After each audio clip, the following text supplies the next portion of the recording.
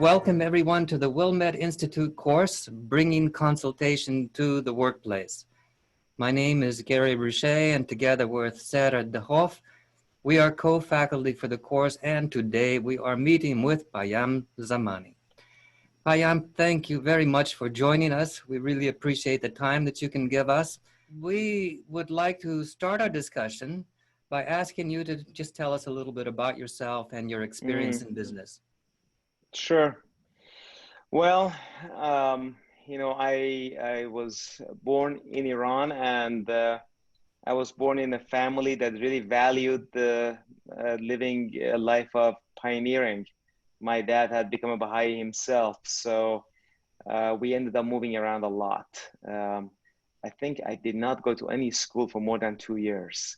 And we even spent a year or close to it in India in the 1970s.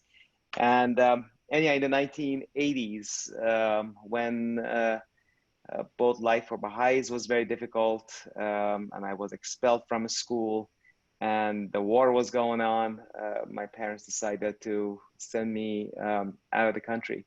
So I was smuggled out to Pakistan, spent a year in Pakistan, and then made it to the US in 1988. And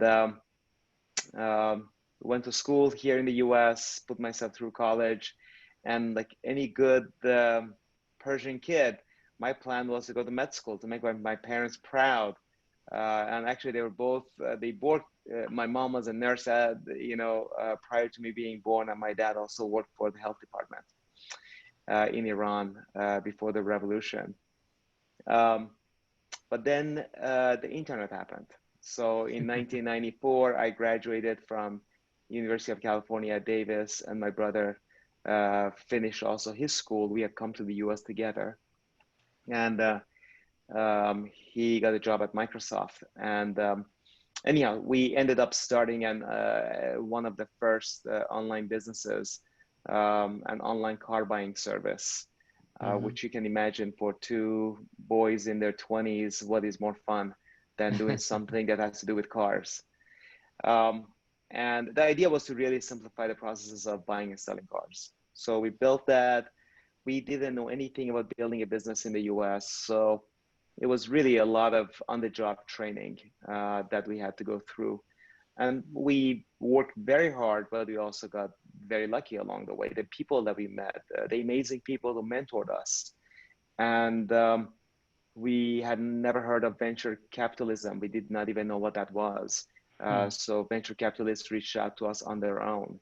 And the bottom line is that we built that company, and we ultimately were able to take that company public in 1999.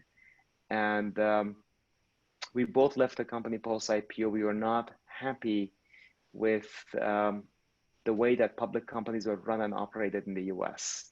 That did not really excite us. So we both left, and I started a business that did not survive the dot-com bust of 2001. Then I started a company that over the years has evolved and has become One Planet, which is my company today. And One Planet is basically a very chaotic environment with one umbrella above it that kind of gives it the impression of a level of organization, but it's very chaotic. And it's chaotic because I love to do a lot of different things. And it allows me, it offers me that playground to be able to do a lot of different things. But at the end of the day, what drives us is, I think I will summarize it in two items. One is it allows us to test different ways of running businesses that are not necessarily in conformity with the way that businesses have been run in the US, particularly in Silicon Valley, and seeing if that's possible. And then the second thing it really allows us to do is to see how a business can be a source for social good while remaining focused on being profitable and very successful as a business and as an enterprise. So, I loosely call it a Baha'i-inspired for-profit because a lot of friends ask me, why aren't you a B Corp? And I tell them that it is a B Corp, but the capital B. It's, we got our values, are the Baha'i values. So I'm not sure why I should be paying the B Corp structure and the system to kind of report back to them. We report back to Baha'u'llah. So I don't know. I mean, I feel like we are humbled knowing that we're making a ton of mistakes, but Hmm. we feel that there are writings that we have to figure out how we can apply them to our business. So These days, they tend to call this also social entrepreneurship, where the goal is not simply to make money, in a business. Um, but okay, Baha'is know a lot about consultation in Baha'i institutions, of course, the assemblies, etc., and of course in our families. But we want to discuss consultation now from a mm, business perspective, from the perspective of the businesses that you've been operating. And presumably in these businesses, you might have some non-Baha'is that are involved and some Baha'is that are involved. Um, have you been able to incorporate this concept of consultation into your various business activities? And if so, how does it work? yeah, you know, I guess I would not say that we have it absolutely figured out. And it also depends by business, depending on how, in a sense, knowledgeable the core staff of that business are, the management team of that business are. So typically, there are two forms of consultation that takes place in our businesses. One is in the form of advisory, whether you're advising me or the person who's running that business. That consultation takes place, but ultimately, not everybody in that room is privy to all the information. So I'll give you an example.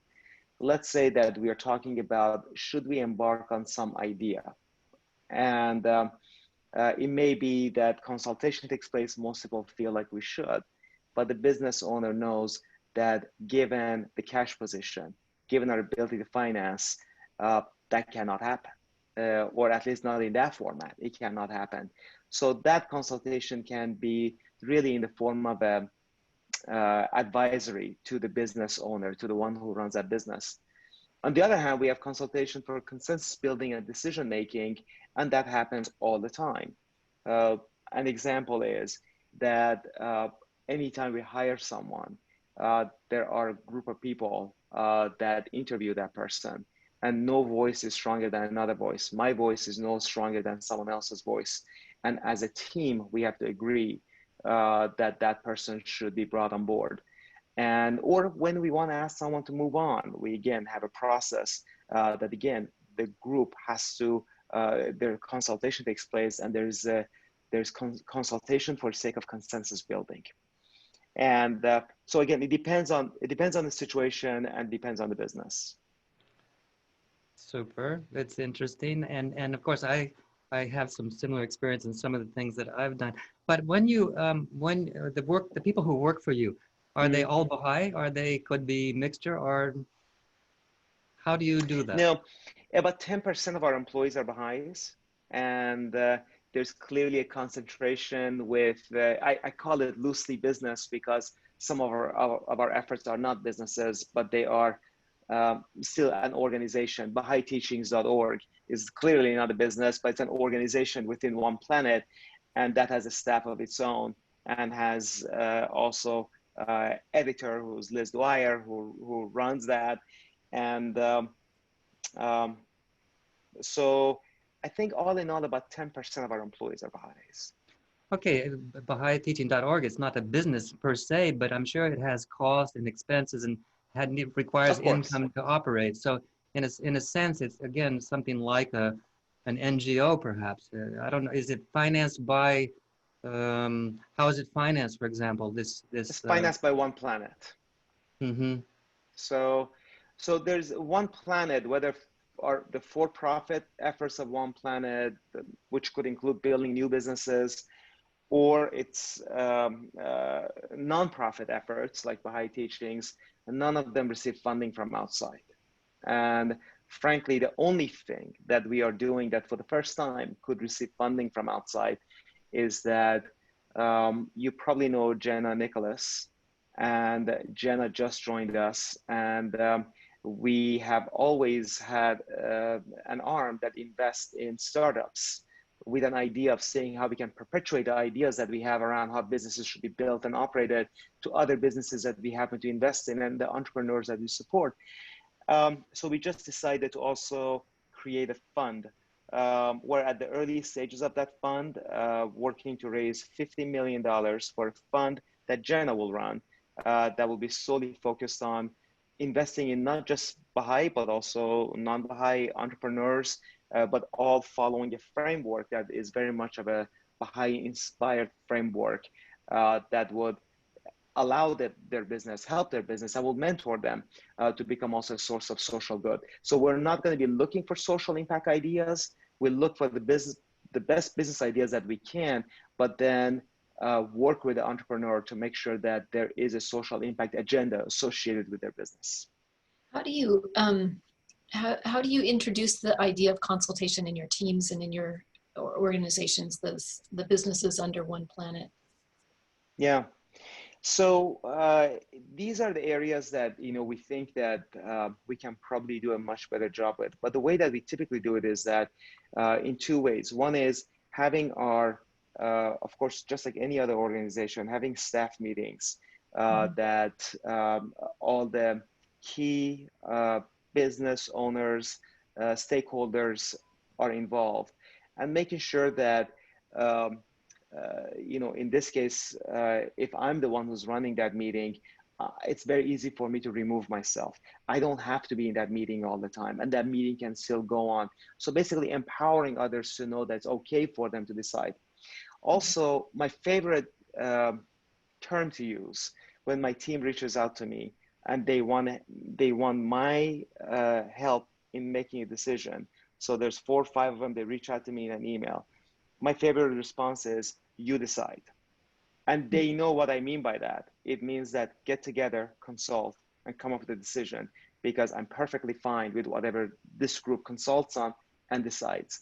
And I think that that is empowering I would like to see. And often for that consultation to take place, I have to remove myself.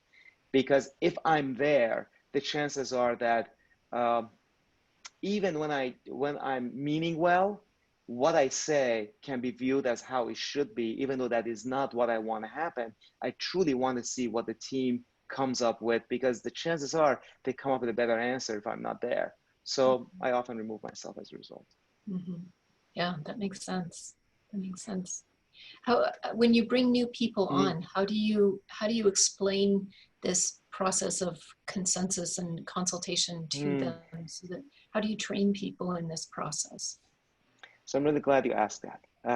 So we, you probably know Julian and Kim McQueen.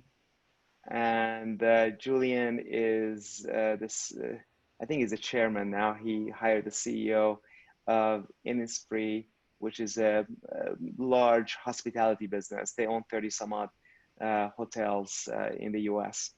And they had done an amazing job, and they have a Baha'i inspired culture. They had done an amazing job of documenting that culture. And I loved what they had done, and they were gracious enough to allow a committee of 3 that we had designated, 2 non-Baha'is, 1 Baha'i, to go there and get trained by them on their culture. Then they came back. We added, modified to make it fit our business being a very different business. And we documented our own culture. And which I don't think many people have done this, documenting a culture. So now we have a book that is our culture manual. And we actually publish it on our website because we tell the world that go copy it, learn from it. As you make it better, come back and please share it with us so we can make ours better. But that's basically what happens. It's kind of similar to the Ruhi process, to the Ruhi book, that when somebody new comes on board, they go through a few hours of training on different aspects of our culture. That it's read with them, it is discussed. There's questions and answer. But the idea is that that manual is not just supposed to be on the shelf, but before somebody hits the ground running at our business, they should become familiar with how we operate.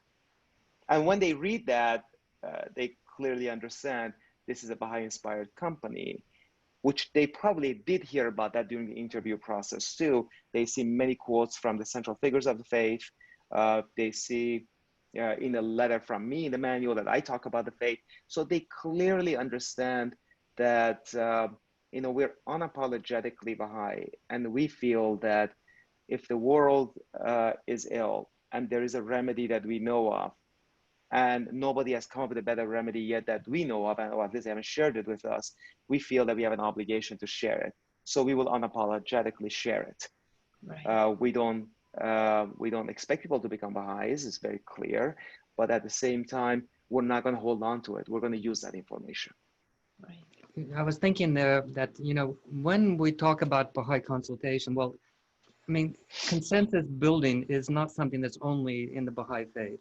Mm-hmm. Other people use that same process, and it's actually a little bit the same as Baha'i consultation. Even some of the steps are the same. If you go out to the literature and you look about it, there's courses taught about it that are not, based on the Baha'i teachings. However, there seems to be a belief in myself and others that there is a special element in addition to, the typical procedure in consensus building that we use in Baha'i consultation. And of course, it's hard to describe what that is. But maybe, for example, some people say that we should start with some kind of an inspiration, a prayer. But maybe a prayer is not so good, in a non-Baha'i context, or not really accepted, or some kind of inspiration, which is what we often use in EBBF. Mm-hmm. Or others will say we should use silence so we can encourage people to look within themselves, about some of these questions. How do these things play in the groups that you work with non-Baha'is? Are they saying, well, oh, that's pretty weird stuff? Or do they say, well, I'm okay with that. I don't have a problem with that. They're not pushing me. So, and I want to be very clear to whoever gets to hear this or listen to this, that by no means we have it figured out. Because when I talk about it, it sounds like, oh, this is a very well-run company. No, it's not. It's a mess. So when you come to our company, you realize that, it is truly a mess. But we are trying. That is a fact. We're trying, and we fail very often, and that's okay. Otherwise, if we don't want to fail, then we should not be testing. But there's a concept that's in our culture manual that all of our meetings should start with, and a good portion of these meetings should be dedicated to check-ins, meaning that a good portion of our meetings is designed to simply finding out, so how are you doing? How's your day going? How's your son? You were telling me about, that challenge that you were having. Tell me more about it.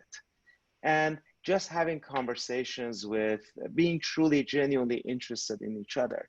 So not getting to a meeting and immediately talking about, the business at hand. And often you will see that many of the meetings that we have, there's quite a bit of time spent on those kinds of issues.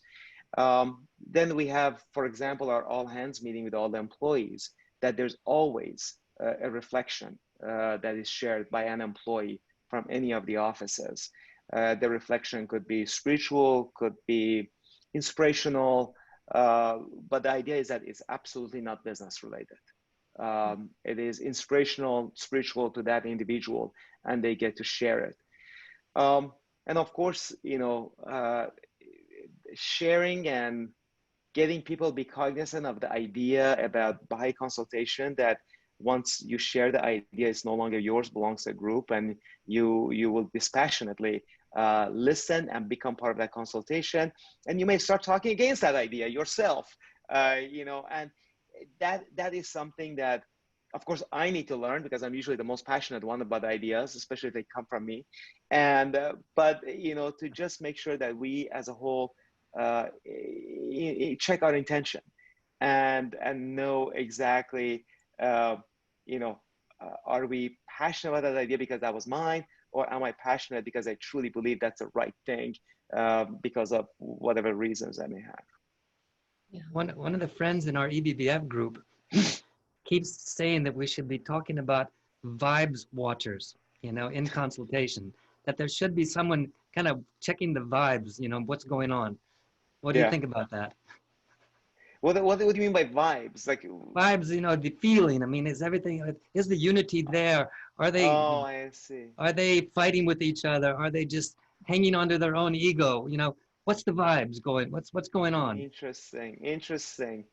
Yeah, it's interesting because one of the things that I'm passionate about is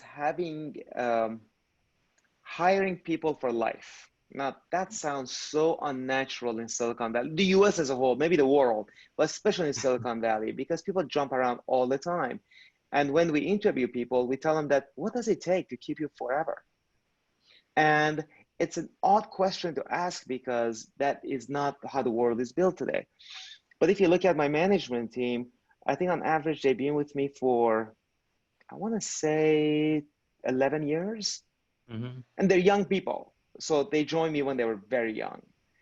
And by the way, I think that if you want to have longevity with your business partners, make sure that you have longevity with your employees, because now also the average life of our top, the customers that represent 95% of our revenue is also average life is 12 years, because I think that they come really hand in hand, the two of them. But anyhow, why is that important? Because the vibe is known. If I work with someone for the last 12 years, or in some cases 15 years, the vibe is known because that person's like a brother to me. I've Mm-hmm. spent more time than family members with that individual. And I think that is part of the beauty of building businesses for life, that they're not built to exit. If an exit happens, okay, it is what it is, but they're not built for that. So as a result, you build truly an environment that, before somebody says something, I got it. I hear you. And that kind of a relationship, I really genuinely can say that exists within the team that we have. Now, what becomes challenging when you have that kind of a vibe is that it becomes very difficult to let new people in. So when a new executive comes on board, it literally takes 2 to 3 years for them to blend in. But you know, that's I guess how we can have really a strong team, and they also understand that they got to be patient. So Yeah. I So, mean, we have one of our Baha'i executives. I'm not gonna name him, but he literally will not be let in. Like not like people saying sorry, we're not gonna accept you, but just the vibe. That yeah, you say whatever you want to say, but you're really not part of the team yet. And it's like, what do you mean? I've been here for 2 years, and it just takes time, and people need to understand that to build that strong of a relationship takes time. But then that makes consultation so much easier. mm-hmm. Mhm. And in what ways do you see how it makes the consultation easier? I mean, how does it manifest itself when you have Mm, that kind of a relationship and that kind of a team? How does it show up? I think it's because of trust and knowing the other person's pure motivation. Mhm. They've been part of this team for a long time. They will be part of this team for a long time to come. Mhm. And you know that their motives are pure, and I can trust you. Otherwise, you will not be here for as long as you have. And the motto of our company is innovation times intention in Mhm. everything we do. And that intention is something that we constantly have to check ourselves, whether it is we're building a new business. Why do we need to be in that business? We Mhm. hire whoever. Why that person and not somebody else? What's our intention? What kind of team do we want to build? I want to push for this idea. Why? How is that going to benefit me? Or is it about me? Or is it about the team? So I think that those are the key things that are built after you get to know someone really well. And I think consultation becomes a lot easier when you're in those kinds of settings rather than just putting 10 people who don't have that rapport with each other. How does it filter down into the ranks of the employees? I mean, you've Mm-hmm. got a very tight executive team. How Mm-hmm. does that manifest in the employees themselves? It's really same thing. It is same thing as you go down, different, and we don't have very many layers. It's a very flat organization. But Mhm. also, one of the things that we are known for is that we like to hire people who don't have a whole lot of experience. And for example, we almost never hire someone for a job they've done before. The idea is that when people are learning, they're at their best. Interesting. And so we want to constantly see people moving up. So we don't hire executives. We usually hire people who have the capacity to become an executive, and then they become an executive over time. I don't think we've ever hired somebody who's had a VP title before they joined us. And they gained that title when they're with us. But so as a result, if you look at the rest of the employees of the company, the longevity is also there. Mhm. So I think that, again, just going by our Walnut Creek office in California, which is our main office, I think the average tenure is about 10 years. And now we've had the office in Ukraine for about 10 years, and I think the average tenure is about 7 years. Mhm. We just opened up an office in Yerevan. So that's a new office. We'll see, it just takes time. But that is really important to us, Yeah. to build teams that will stay with us for a long time to come, which means that as a company, we have to constantly worry about how do we make sure that these individuals are motivated, they're fulfilled, both career-wise, professionally. Um, they almost need, even though they don't have to be Baha'is, but they need to feel that they are there for a higher cause. And Mhm. what is that higher cause that they're there for? When they sense that, then they want to be there because they feel like they're having a real impact in the world. Right. And the culture that people grow up with today in the States doesn't seem to be very appropriate for consultation. There's a lot of ego. There's a lot of feeling that, one person's idea is the best person's idea. And in some settings, there's a kind of a conflict, in conflict type situation. So obviously you're trying to keep away from that kind of a culture. Is it possible to do it? I mean, how do you do it? Through the process of hiring, I mean, at that point in time? Or is it just through a constant, working on it and the training over time? I mean, being very, very, very careful who you hire. That's of course the beginning, and being very transparent with them, because our culture is not viewed as normal. So you want the individual to join a culture and a team that they're going to be comfortable, they're going to be fulfilled. So that transparency is really key. Mm-hmm. And then the second thing is, when they come on board, to have the accompaniment, to have the support that they need to have, to feel like, they can, in a sense, get a sense of belonging. But you're right. I mean, the culture in the US is, I mean, you guys know this better than me, that is Milton Friedman culture that was put in place back in the 80s, that we're building stuff to maximize shareholder value at any cost. So employees come and go for the benefit of the owner, whether it's shareholders or whatever, the owners of the business. And there's a lot of culture of build and burn, to find your way up. And when you think about the fact that most business owners in the US, whether they're public stockholders or private investors or just individual entrepreneurs, they make their money from the appreciation of the stock price, not as a result of creating value in the form of bottom line. And that is a very dangerous situation to be in, because I'm playing a game with the market. If today I maximize my profits for my quarterly report that's due in July, then my stock price is going to go up by 10, 15%. I only had, whatever, $1 million in profit, but my stock price will go up by 15%, which is $5 million more in value for me. So the game is a very different game than wanting to actually build a highly sustainable business. So, so staying away from that, and staying away from that game, and making it known to your employees that you're staying away from that game, I think puts everybody at ease.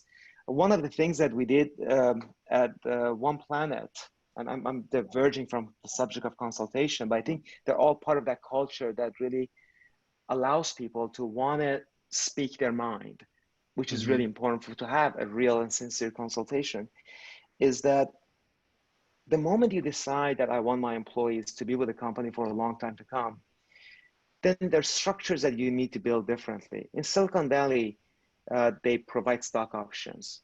To an average Baha'i, that sounds pretty good because they are sharing the wealth, they're sharing ownership. Not so, because they are bringing employees into the same culture and fold that is about maximizing shareholder value. Now they've made them an accomplice. Mm-hmm. And what happens if I have X number of shares in the company that they vest every month?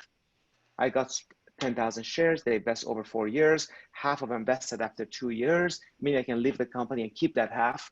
So I'm gonna hedge my bets. I'm gonna go from one company to another. So after 10 years, I've got stocks in 5 different companies, which sounds very reasonable, but I did not really help build any one of them because I left at the time that I was about to become valuable to those organizations. So we decided that we're not going to share that. We're not going to give them stock options because the moment I do that, the question they keep asking me is, when are we selling? When are we going public? And maybe never. So we do profit share. Now, even though on the surface, it doesn't sound as attractive to most people because they say that you're not giving me a piece of the company. Yes, I'm not. But what percentage of the companies in Silicon Valley, the piece they give you ever becomes valuable? 1 out of 100, maybe. A profit share is something you count on every single month if the company is profitable. And guess what? Ever since we did profit share, the company has been profitable every single month because people are all rowing in the same direction. They want the same thing and they benefit from it every single month. Nobody cares if you go public or we sell. Why would they? Right. Right. So then they're free to help the company make the right decisions that are not based on the next financial report. They can have a very long-term horizon with their decision making. Which allows for more wisdom in this decision-making process as well. I think so. The current business culture is really leading us to a very bad place in the world. And so a paradigm shift is going to be needed, you know, as we move ahead. Who knows exactly what's even going to happen after this coronavirus business. But a paradigm shift is going to be needed. And one paradigm shift would be to move from that, okay, let's think about, you know, let's maximize profits in the next quarter, to let's talk about, you know, a more equitable situation where consultation becomes a real instrument for creating value in the future, but a different kind of value. No, you're absolutely right. So, I mean, how would you, let's say you meet somebody out on the street and you know, they seem to be really nice people and everything else, and you decide maybe you want to tell them a little bit about, you know, the need for a paradigm shift and how this consultation that Baha'is use is something that's really for everybody. It's not just for Baha'is. What would you tell them about consultation? Yeah, I mean, it is, there's actually a great book called The Wisdom of the Crowd. And it basically says that if you want to solve a problem and you bring a few people who have no expertise in that subject, and you present a problem to them and provide some parameters, they are by far more likely to be able to give you a better answer than a single expert. And it's actually a beautifully written book. And there are many examples of what they've done. US had lost a submarine and experts could not find it. They brought a bunch of people with no experience into a room. They said, here's where we last found it. This was the speed of the current that the water was experiencing at the time, the wind and so on, the temperature of the water. And what do you think it is? And they were able to really, the crowd was able to find it almost precisely, whereas no expert was able to find it. And there are many examples. You know, if you put jelly beans in a jar and you ask, you know, 10 people to each guess how many jelly beans are in that jar, the average of their guesses are by far more close to reality than one single expert wanting to do the math. And I think that is the power of true consultation. When you allow consultation flourish without having, in a sense, a leader, an expert, or anyone who perceives they're the expert, then you're truly allowing the right answer to flourish, not my answer or someone else's. We want the right answer, whatever that may be. And that is the consultation we want to put in place. A format for decision making that's dispassionate and allows for the right decision to come about. One of the biggest criticisms in the business community that I've read from different publications, just basically business people who've written something in a book, is that it's a process that takes too long. You know, I mean, how much time can a business spend in consultation? You know, can we afford to just sit down in the morning and consult through the day? You know, typically for a business person, not. You know, there's a whole lot of other priorities that have to be dealt with. So consultation really has to be focused or not. I mean, the question is time a problem to use consultation? I don't think so. I don't think so. I mean, I'll be just totally frank. For those of us who've been on local spiritual assemblies, often consultations go on forever with no end in mind. And I think that happens because we are all learning. And otherwise, you know, Larry Miller, that you know well, Larry, he facilitated one of our sessions once, and he made a point that I always remembered. He said that make sure you're not repeating something somebody else said, just more eloquently. And you know, if you are choosing to work within a specific timeline, and if you are disciplined, that you don't want to just repeat yourself or repeat what somebody else said, you don't feel like you need to have that time, so you say something. I think that they can actually go quickly. But the other thing is that bad decisions waste a lot more time than time taken to make a better decision. I mean, no decision will ever be perfect, but just making a better decision. Because what consultation does that's really important is that it makes a bad decision also a good decision, because you create buy-in from everybody because they all participated in that decision. And I think the outcome, the likelihood of it being successful is so much greater. So, but whoever is kind of facilitating it should have the experience to bring it to a conclusion and not just let it go on forever. Excellent point. I mean, there's plenty of books written about by gurus who've said, you know, taking a good decision is one thing. Implementing that decision, you know, in the way that it was decided is a completely different thing. And when you don't have unity in the group and they're not involved in the decision and they feel a little bit left out, the implementation is impacted. So Yeah. it is obviously. And you know, I tell you a quick anecdote. We had an office in the Philippines, and I loved the Philippines. I loved the culture. I loved the team there.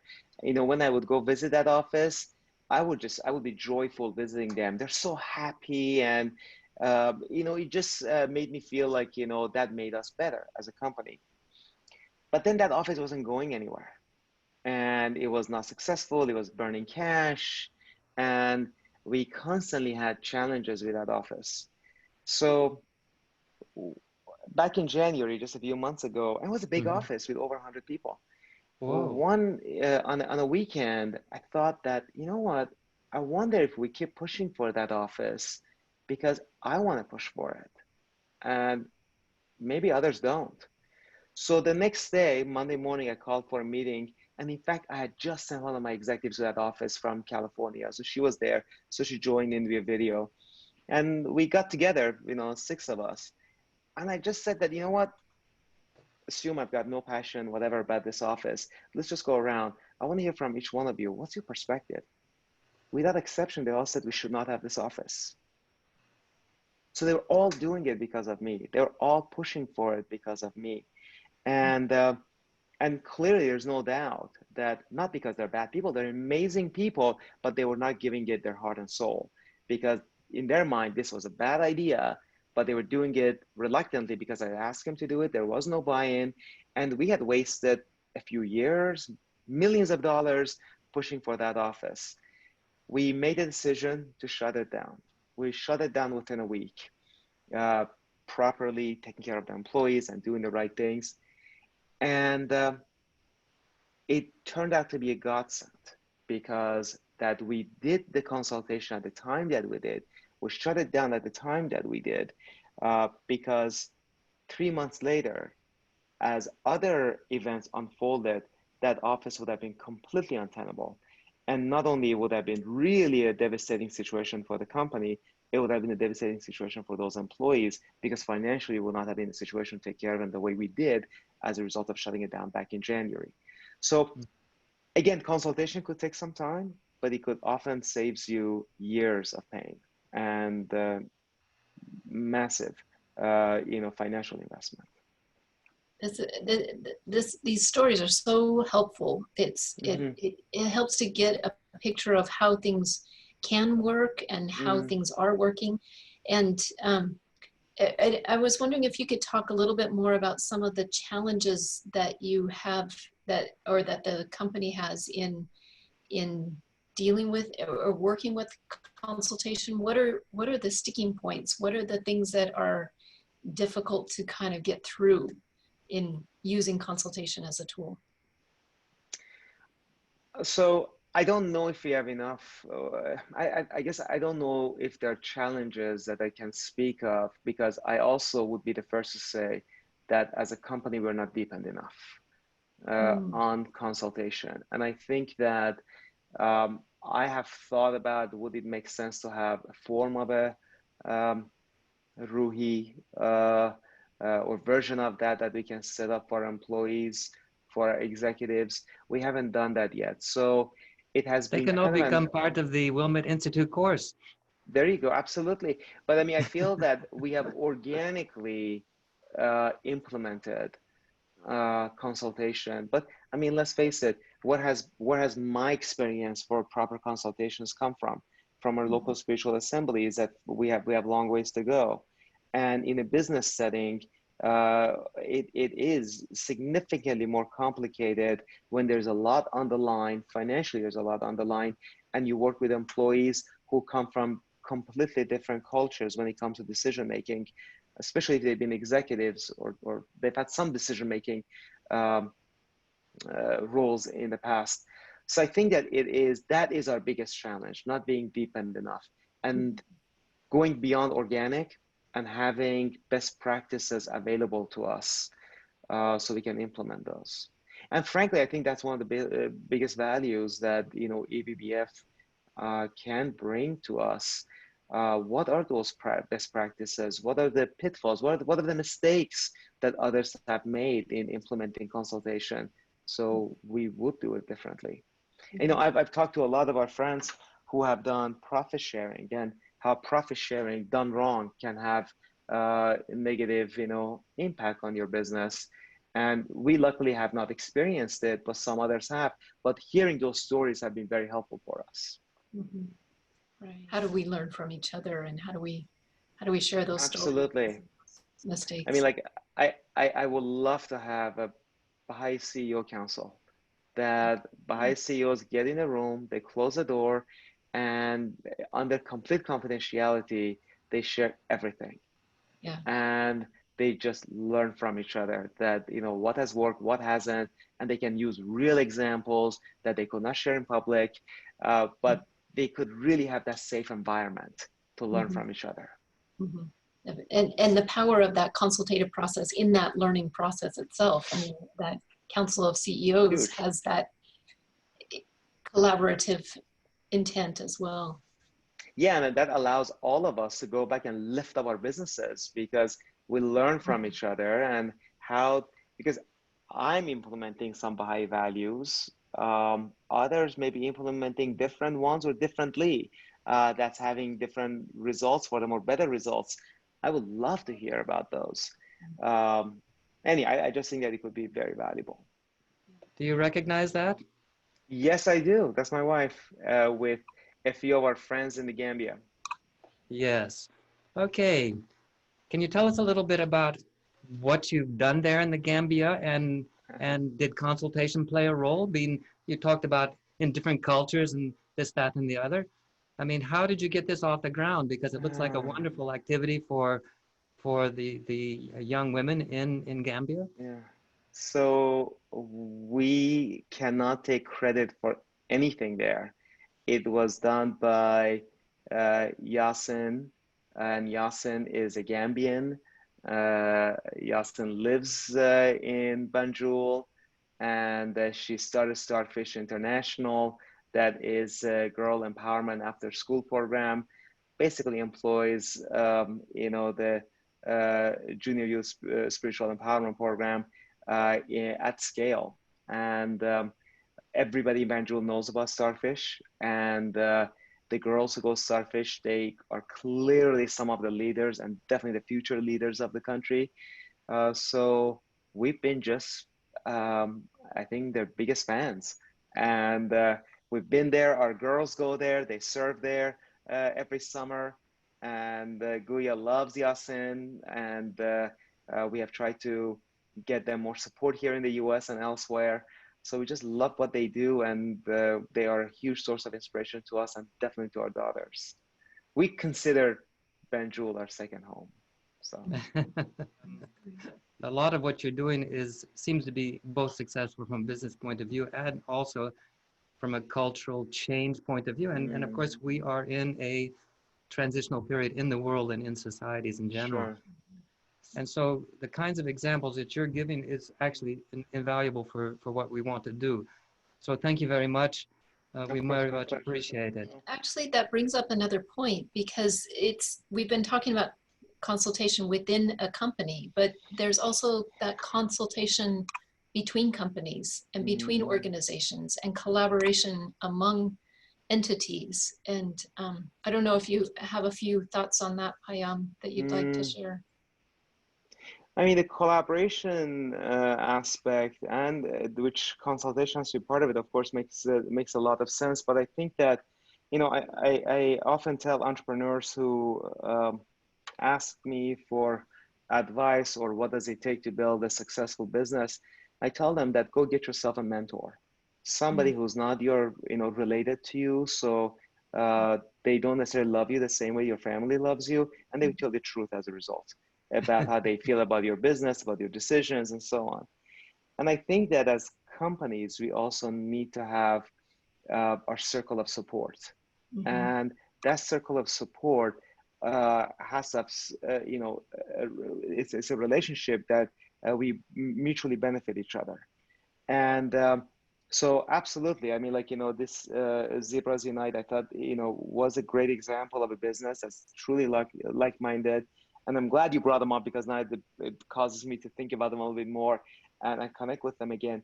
But yes, collab, especially is true amongst nonprofits, that building collaboration and creating, I can see this with Tyler Justice, serving on the board, how important it is that when Tyler Justice wants to open up a new office, to know the landscape, to build those relationships. And I think businesses are no different. And when we don't so much worry about competition, and we think about cooperating with even people that we happen to be competing with, or at least we used to compete with, in the traditional term, we would consider that competition, then it, I think, frees us to work with different companies and lift each other up. But yes, I agree with you. It's very valuable. Thank you so much. Great. And thank you, spending time with both of you, and thank you for your time. And hope to, Gary, meet you and see you in Ukraine at some point. And or the next EBF meeting somewhere, or in Czechia or someplace close by. Exactly, somewhere. Okay, take care of yourself. Okay. Be safe. Thank you so much, Payam. Take care. Take Bye-bye. care.